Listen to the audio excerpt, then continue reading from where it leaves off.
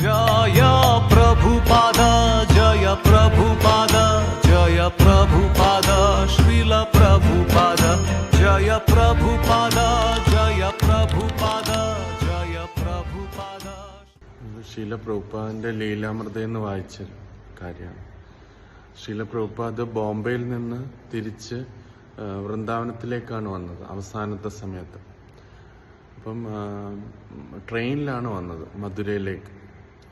അപ്പോൾ പ്രഭുപാദ് ഓഗസ്റ്റ് 28 വിദേശത്തേക്ക് പോയത്, ലണ്ടനിലേക്ക് പോയത്. അവിടെ വച്ച് കുറച്ച് ദിവസം അവിടെ നിന്നതിന് ശേഷം പിന്നെ അമേരിക്കയിലേക്ക് പോകാനായിട്ട് പറ്റിയില്ല.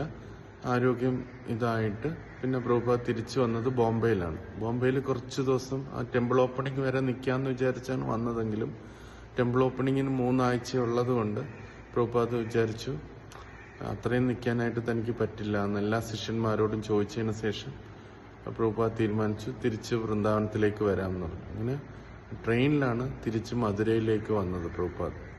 അപ്പം മധുരയിലേക്ക് തിരിച്ച് ലാസ്റ്റായിട്ട് പ്രഭുപാദ് വൃന്ദാവനത്തിലേക്ക് വരുന്ന അതിനെക്കുറിച്ച് സരസ്വതി മഹാരാജ് ലീലാമൃതയിൽ പറയുന്നുണ്ട്.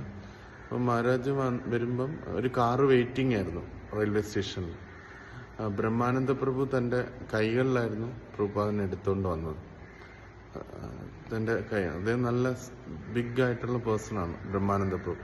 അപ്പോൾ അദ്ദേഹത്തിൻ്റെ 2 കൈകളിലാണ് പ്രഭുപാദിനെ കൊണ്ടുവന്നത്. എന്നിട്ട് കാറിൽ ഇരുത്തി എന്നിട്ട് വൃന്ദാവനത്തിലേക്ക് എത്തി. വൃന്ദാവനത്തിൽ ചെന്നപ്പോഴും മഹാരാജ എന്നെ എടുത്തിട്ടാണ് പ്രഭുപാദിനെ റൂമിലേക്ക് കൊണ്ടുവരുന്നത്. പ്രഭുപാദ് പോയപ്പോൾ ഉള്ള അതേ റൂം തന്നെയാണ് ഉള്ളത്, അതൊന്നും ചേഞ്ച് ആയിട്ടില്ല. പക്ഷെ ഒരു ഡബിൾ ബെഡും കൂടെ അവിടെ പുതുതായിട്ട് അവർ അറേഞ്ച് ചെയ്തു പ്രഭുപാദിനെ റെസ്റ്റ് എടുക്കാനായിട്ട്. എന്നിട്ട് അവിടെ കൊണ്ടുപോയി കിടത്തി. പക്ഷെ ഡിവോട്ടീസ് കണ്ടപ്പോൾ ഭയങ്കര വിഷമമായി ബാക്കിയുള്ള ഭക്തന്മാർക്ക്. ഓഗസ്റ്റ് 28 വൃന്ദാവനത്തിൽ നിന്ന് പോയ സമയത്തിനെക്കാട്ടിലും ഒരുപാട് പ്രഭുപാദിന്റെ ആരോഗ്യം ഡൗൺ ആയി എന്ന് കണ്ടപ്പോൾ അവർക്കൊക്കെ നല്ലൊരു വിഷമമായി. പിന്നെ ബെഡിൽ കിടത്തിയിട്ട് അപ്പം പ്രഭുപാദ് കിടന്ന സമയത്ത് തമാൽ കൃഷ്ണ മഹാരാജ് ഇങ്ങനെ ജസ്റ്റ് പ്രഭുപാദിനോട് പറഞ്ഞു, പ്രഭുപാദ് അങ്ങ് തിരിച്ച് വീട്ടിലെത്തി എന്ന് പറഞ്ഞു. അങ്ങിപ്പം കൃഷ്ണ ബലരാമിന്റെ കെയറിലാണ് എന്നിങ്ങനെ പറഞ്ഞു. അപ്പോൾ പ്രഭുപാദ് കുറച്ചു നേരം കഴിഞ്ഞ ഒരു 5 മിനിറ്റ് അങ്ങനെ തന്നെ കിടന്നിട്ട് 5 മിനിറ്റ് കഴിഞ്ഞിട്ട് 2 കൈകളും നെഞ്ചിലോട്ട് വെച്ചിട്ട് ഇങ്ങനെ തൊഴുന്ന പോലെ ഇങ്ങനെ വച്ചിട്ട് താങ്ക് യു എന്നിങ്ങനെ പറഞ്ഞു. അപ്പോഴാണ് വീണ്ടും പറഞ്ഞത് അങ്ങ് കൃഷ്ണ ബലരാമിന്റെ കെയറിലാണ് എന്നുള്ളത്. അപ്പോഴാണ് പ്രഭുപാദ് കുലശേഖര ആൾവാറിന്റെ ആ ഒരു പ്രേയേഴ്സ് അതിൽ പറയുന്ന കുലശേഖര ആൾവാർ പറയുന്നത്, ഇപ്പം എൻ്റെ ബോഡി, ഇപ്പം എനിക്ക് കോൺഷ്യസ്നെസ് ഉണ്ട്, ഈ സമയത്ത് ഞാൻ ഈശ്വരനെ കുറിച്ച് ചിന്തിച്ച് മരിക്കുന്നതാണ് നല്ലത് എന്നുള്ള ആ ശ്ലോകം പ്രഭുപാദ് ഇങ്ങനെ പറഞ്ഞു. അപ്പം ശിഷ്യന്മാര് അത് കഴിഞ്ഞിട്ട് അങ്ങനെ കുറച്ചു നേരം കഴിഞ്ഞപ്പോഴത്തേന് പ്രഭുപാദിനോട് തമാൽ കൃഷ്ണ മഹാരാജ് ചോദിച്ചു, ആയുർവേദ ഡോക്ടറെ വിളിക്കട്ടെ പ്രഭുപാദ് എന്ന് വെച്ചു. അപ്പം പ്രഭുപാദ് പറഞ്ഞു, നിങ്ങൾക്ക് എന്താണ് തോന്നുന്നത് അതുപോലെ നിങ്ങൾ മാനേജ് ചെയ്താൽ മതി, അത് എന്നോട് ചോദിക്കണ്ട, ഞാൻ കൃഷ്ണ ബലരാമന്മാരെ സ്മരിച്ചുകൊണ്ട് ഞാൻ ഇവിടുന്ന് പോട്ടെ എന്നിങ്ങനെ പറഞ്ഞു. അത് നിങ്ങൾക്ക് എന്ത് വേണമെങ്കിലും ചെയ്യാം എന്നുള്ള രീതിയിൽ പറഞ്ഞു. പ്രഭുപാദ് പറഞ്ഞു, അന്ന് രാവിലെ എത്തിയത്, അപ്പോൾ 9:30 ഭഗവാന്റെ ദർശനം കാണാൻ പോകണം എന്ന് പ്രഭുപാദ് പറഞ്ഞു മറ്റു ശിഷ്യന്മാർ. അപ്പം മറ്റു ശിഷ്യന്മാർ പറഞ്ഞു, ഇന്ന് അങ്ങ് ഇത്രയും ട്രാവൽ ചെയ്ത് വന്നതല്ലേ, ഇന്ന് റെസ്റ്റ് ചെയ്യ്, നാളെ അങ്ങ് അത് ചെയ്താൽ മതി, നാളെ ദർശനം എടുക്കാൻ പോയാൽ മതി എന്ന് പറഞ്ഞു. അപ്പോൾ പ്രഭുപാദ് നിങ്ങൾ എന്ത് പറയുന്നോ അതേപോലെ ഞാൻ കേൾക്കാം എന്നിങ്ങനെ ജസ്റ്റ് പറഞ്ഞു. അത് കഴിഞ്ഞിട്ട് കുറച്ചു നേരം കഴിഞ്ഞപ്പോഴത്തേന് പ്രഭുപാദ് തൻ്റെ ഒരു ശിഷ്യനെ വിളിച്ചിട്ട് ചോദിച്ചു, ടെമ്പിളിന്റെ ബെല്ല് കറക്റ്റ് ടൈമിൽ അടിക്കുന്നുണ്ടോ എന്നിങ്ങനെ ചോദിച്ചു. പ്രഭുപാദ് വൃന്ദാവനത്തില് ടെമ്പിളിലേക്ക് കയറി വരുന്ന സ്ഥലത്ത് വലിയൊരു ബെല്ല് കെട്ടിയിട്ടുണ്ട്. ഒരാളെ അവിടെ അപ്പോയിന്റും ചെയ്തിട്ടുണ്ട്. സ്ഥലത്ത് വലിയൊരു ബെല്ല് കെട്ടിയിട്ടുണ്ട്. ഒരാളെ അവിടെ അപ്പോയിന്റും ചെയ്തിട്ടുണ്ട്. ഇപ്പൊ 6 മണിയാണെങ്കിൽ കറക്റ്റ് 6 മണിയാകുമ്പോൾ 6 വട്ടം അടിക്കണം. അങ്ങനെ 6:30 ആകുമ്പം 1 വട്ടം അടിക്കണം. 7 മണിയാകുമ്പോൾ 7 വട്ടം അടിക്കണം.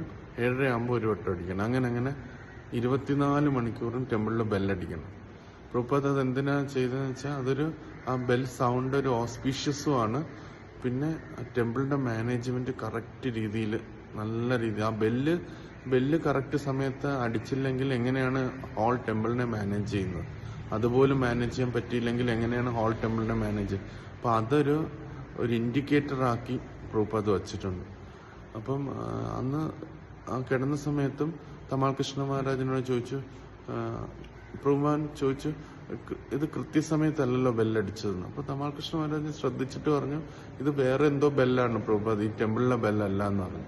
എന്നിട്ട് കുറെ കഴിഞ്ഞപ്പോഴത്തേന് വീണ്ടും ഹരിശൗരി പ്രഭു അടുത്തുണ്ടായിരുന്നു. ഹരിശൗരി പ്രഭുവിനോടും ചോദിച്ചു ബെല്ല് കറക്റ്റാണ്. അപ്പം ആ മഹാരാജ് ഹരിശൗരി പ്രഭു ആ സമയത്ത് എണ്ണി ഓരോ കറക്റ്റ് ടൈം 1, 2, 3 അത് 6 മണിക്ക് 6 വട്ടം അടിക്കുന്നുണ്ട്, കറക്റ്റാണ് പ്രഭുപാദ് എന്ന് പറഞ്ഞു.